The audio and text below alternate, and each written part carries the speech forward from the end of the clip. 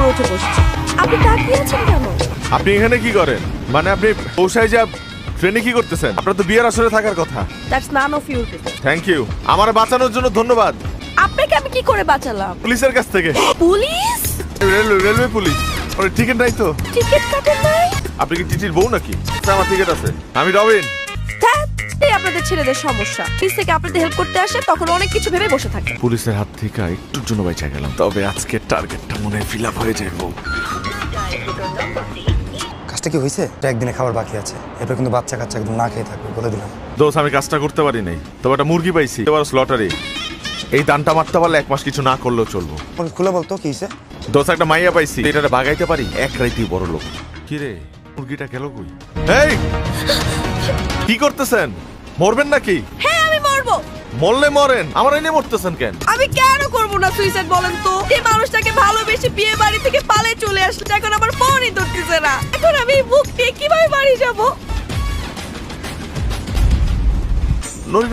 তেলাপোকা। আপনি এনে কি করেন?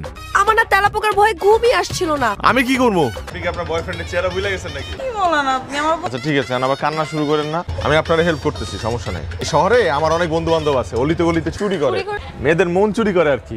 রোমিও টাইপ পোলাপাইন। আপনি আমাকে সাহায্য করবেন কেন? আপনার উদ্দেশ্য কি? আমার আবার কি উদ্দেশ্য থাকবে? আপনি সাহায্য চাইলেন তাই আমি বললাম ঠিক আছে। আমার না আপনার এই প্রেম কাহিনী শুনতে খুব ইচ্ছা করতেছে। আপনাদের প্রেম হয়েছিল কিভাবে? ফেসবুকে। ফেসবুকে? হ্যাঁ। কথা হইতো কোথায়? মেসেঞ্জারে। হ্যাঁ, দেখা হইতো কোথায়? হোয়াটসঅ্যাপে। না, হোয়াটসঅ্যাপের ভিডিও কলে। বড় লোকের মায়াগুলার মাথায় যে গোবর, দেখলেই বোঝা যায়। আমার বয়ফ্রেন্ডের বাসা হচ্ছে চিটাং। চিটাগংয়ের কোথায়? চিটাং? এটা পোলার লগে প্রেম করছেন, আপনি জানেন না ওর বাসার ঠিকানা কোথায়? জানি তো। কোথায়? চিটাগং। গয়নাগুলো খুলে এই ব্যাগের মধ্যে রাখেন। সার্কাস আর ভালো লাগতেছে না। আপনি জানেন আমি কত টাকাতে সেজেছি? টাকার দাম জানেন আপনি? গয়নার দাম কত? অনেক। অনেক কত হইতে পারে? এটা আমার বাবা জানে, আপনার বাবার কাছে জিজ্ঞেস করুন। আপনি এত টাকা দিয়ে সাজগুজ করছেন কিন্তু বিয়েটাই করলেন না। কারণ আমি অনেক চালাক। রাত থেকে আপনার লগে আছি, এখনো বিশ্বাসটা অর্জন করতে পারলাম না। রতন, কাজ এখনো শেষ হয় নাই, তবে অর্ধেক কাজ হয়েছে। গয়না খোলার ব্যবস্থা করছি, এখন শুধু ব্যাগটা হাতে পাইলেই চম্পট। তুই চিন্তা করিস না। এই হালার পুতকে আমার জিনিসের দিকে হাত দিস। সারা রাত কত কষ্ট করলাম তোমারে পাওয়ার জন্য। ওই বাচাল মায়া প্রেমের কাহিনী শুনলাম, মশার কামড় খাইলাম। তুমি এত জলদি আমার হাত থেকে পালা যাওয়া হারাইনি তো। হারাইছিলা তো। না, আমি আপনার সামনে। Thank you so much. আচ্ছা শুনুন না, এই ব্যাগটা আপনার কাছে রাখেন। যদি আমি অনেক চালাক, আমার নিজের উপর কোনো আস্থা পাচ্ছি না। আমার মা বাবার পর একমাত্র আপনি আমার আস্থার জায়গা। বেশি ইমোশনাল ডায়লগ দিয়ে দিলেন না। এই যে মামা, এই যে দেখেন না, আমাকে চিনেন কিনা? চিনেন? দেখেন এই যে এইটা। মনে করছিলাম চিনি। এই ভাই, আরে রাখেন না। আসেন আপনি। আরে উনি চিনতেছিল। লুচ্চা বেটা, দেখছেন চাই চোখ দিয়ে তাকায় আছে আপনার দিকে। আমার শ্বশুরবাড়ি এলাকার চা তো খুবই মজা। কোন বাড়ি আপা?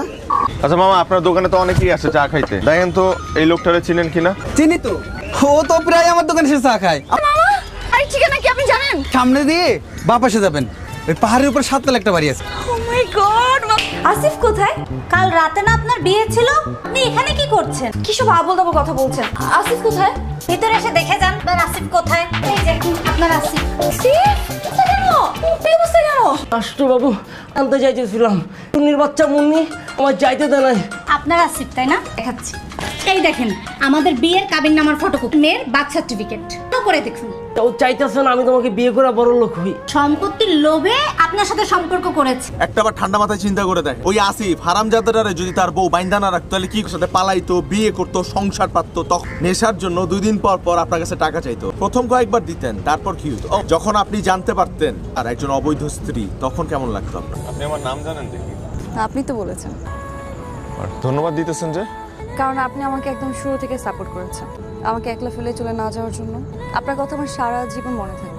আপনি এখনই বিদায় ভাষণ দিচ্ছেন কেন? এখনো তো আমার দায়িত্ব শেষ হয় নাই। আপনারা ঢাকায় বাড়ি পর্যন্ত পৌঁছায় দিব, পর আমার দায়িত্ব শেষ হবে। আপনি খুব ভালো একটা মানুষ। মোটেও না, আমি একটা চোর। জানি, আপনি বিবির করে যা বলেন আমি সব শুনতে পাই। মানে আপনি একজন চোর, কিন্তু প্রফেশনাল চোর না। আপনার বন্ধুর একটা এতিমখানা আছে। আপনি আমার বন্ধুর কথা জানেন কেমনে? হ্যাঁ, আমি শুনেছি আপনাদের ফোন কনভারসেশন। আপনাদের এতিমখানায় প্রত্যেক মাসে অনেক টাকা দিতে হয়, সেটা আপনারা কাজ করে জোগাড় করতে পারেন না, আর সেই কারণেই আপনারা মাঝে মাঝে চুরি করেন। আপনি আগে থেকেই জানতেন আমি একটা চোর, আপনি তাহলে আমার পুলিশে ধরা দেন নাই কেন? আপনার চোখ দেখে। আমি আসিফকে সামনাসামনি দেখিনি, সবসময় আমাদের ভিডিও কলে কথা হতো, এই জন্য আমি ওকে চিনতেই পারিনি। কিন্তু একজন মানুষের চোখ দেখে বোঝা যায় মানুষটা একজন ভালো মানুষ, সত্যি কথা। আমি আপনার গয়না কখনোই চুরি করতাম না, আমি আপনার ব্যাগটা ফিরিয়ে দিতাম, আগেই ফিরিয়ে দিতাম। কারণ আমি একজন এথিক্যাল চোর। সবার কাছ থেকে চুরি করি না, করি সেই সকল মানুষের কাছ থেকে যারা অসাধু মানুষ সমাজে, যারা ঘুষখোর সুদখোর কামাইটা খায়, তাদের কাছ থেকে আমি চুরি করি। আর চুরি করি ওই নাদান বাচ্চাগুলার যাদের যাদের বাপ মা নাই। আমি সিফা। সিফা দ্য ব্লগার।